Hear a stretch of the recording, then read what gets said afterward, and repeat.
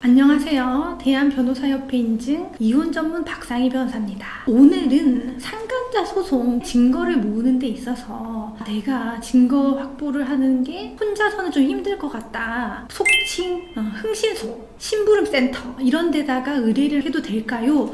라는 질문에 대해서 영상을 준비했습니다.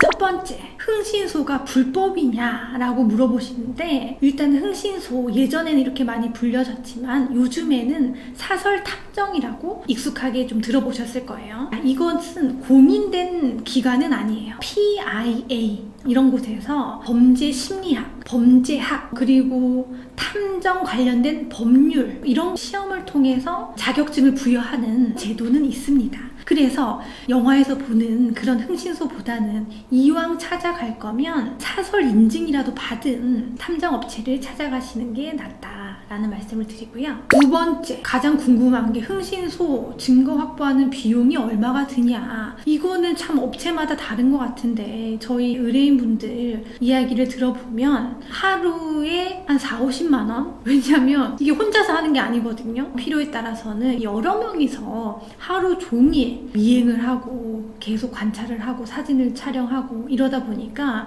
금액이 하루에 들어가는 일당 금액으로 그 정도 한다. 그래서 보통은 4에서 5일, 길게는 일주일 이렇게 하면 금방 400~500이에요. 그러면 변호사 비용보다 훨씬 많아지는 거죠. 내가 이렇게 일주일 동안 의뢰를 하면 증거를 반드시 확보하느냐? 그거는 또 아닐 수도 있어요. 왜냐하면 의뢰한 기간 동안 만나질 않았어. 그러면 아무리 쫓아다니고 사진을 찍으려고 해도 건질 건더기가 없는 거죠. 그러면 증거를 어렵게 확보를 했습니다. 이것을 증거로 사용하는 게 불법은 아닐까요? 라고도 물어보시는데요. 어떻게 증거를 수집했는지에 따라서 조금 달라진다고 보시면 될 것 같아요. 증거 수집이 내가 대화자로 참여를 하고 있는데 상대방 몰래 이렇게 여기 녹음기를 숨겨놨다. 이것은 불법이 아니에요. 그런데 차량이라든지 이런 곳에다가 녹음기를 그냥 부착을 했다. 몰래. 이것은 불법이에요. 또한 차량에 위치 추적기를 달아놓고 어디를 돌아다니는지, 그게 모텔은 아닌지 이렇게 볼 텐데 위치 추적기를 부착하는 것도 다 불법입니다.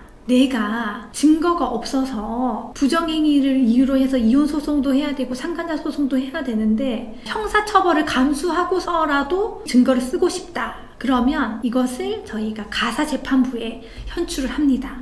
가사재판부에서는 불법 증거인데 이걸 가지고 부정행위를 인정해 주나요? 인정해 줍니다. 형사적인 불법은 불법이라고 치고 벌금을 받든 처벌을 받고 대신 이혼소송이나 상간자 소송에서 증거로 사용되는 것에는 무리가 없는 거죠. 별개로 판단하시면 됩니다. 그런데 남편이 바람을 펴서 너무 당황해서 이걸 어디다 알릴 수도 없고 그렇다고 내가 계속 미행할 수도 없고 해서 흥신소, 심부름센터, 사설탐정을 좀 알아봐 달라라고 이렇게 부탁들을 하시는데, 제가 아까 서두에 말씀드린 것처럼 기본적으로는 좀 상당히 위험한 부분이기 때문에 잘 알아보시되 적어도 탐정이라는 자격증이라도 구비한 곳이 차라리 낫다. 그런데 들어가는 비용이 꽤 크다 보니까 내가 위자료로 1,500만 원, 2,000만 원을 받는다고 해도 변호사 비용 나가지, 증거 수집하는 비용 나가지. 그러면 과연 손에 쥐는 실질적인 이득이 얼마인지가 조금 고민을 해보셔야 되는 부분이에요. 그래서